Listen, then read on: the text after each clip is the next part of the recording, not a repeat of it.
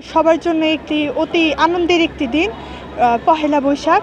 এই বৈশাখে আমরা জানি আমাদের বাঙালিদের জন্য একটি ঐতিহ্যবাহী উৎসব এটি। আমাদের বাংলা নববর্ষে হিন্দু, মুসলিম, বৌদ্ধ, খ্রিস্টান এবং অন্যান্য ক্ষুদ্র নৃগোষ্ঠী সহ অনেকেই এই উৎসবটি পালন করে থাকে এবং অত্যন্ত মর্যাদার সাথে এবং অত্যন্ত আনন্দের সাথে এই উৎসব পালন করে থাকে।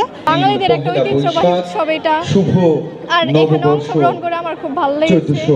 বছরের শুরু আমরা বাঙালি সংস্কৃতি ধরে রাখার জন্য এই দিনটা আজ পালন করে যাচ্ছি। আগেকার যে দিনে যে আমরা যেসব জিনিসগুলো করতাম, কালচারাল জিনিসগুলো, সেগুলো আমরা এখনো করতেছি, যাতে এটা ধরে রাখা যায়, ভবিষ্যতে এটা থাকে। ভালো লাগতেছে, আমরা অনুষ্ঠান দেখতেছি, করতেছি। প্রতি বছর অপার আনন্দ নিয়ে নববর্ষ আসে আমাদের জীবনে। নানা আয়োজনের মাধ্যমে দিবসটি পালিত হয়। এই দিবসটি আমাদেরকে মনে করিয়ে দেয় আমাদের সমৃদ্ধ সংস্কৃতিকে, সমৃদ্ধ ঐতিহ্যকে, এবং এই দিবসটি পালনের মাধ্যমে আমরা আমাদের সংস্কৃতির প্রতি আরও শ্রদ্ধাশীল হব, আমরা আরও ঐক্যবদ্ধ হব।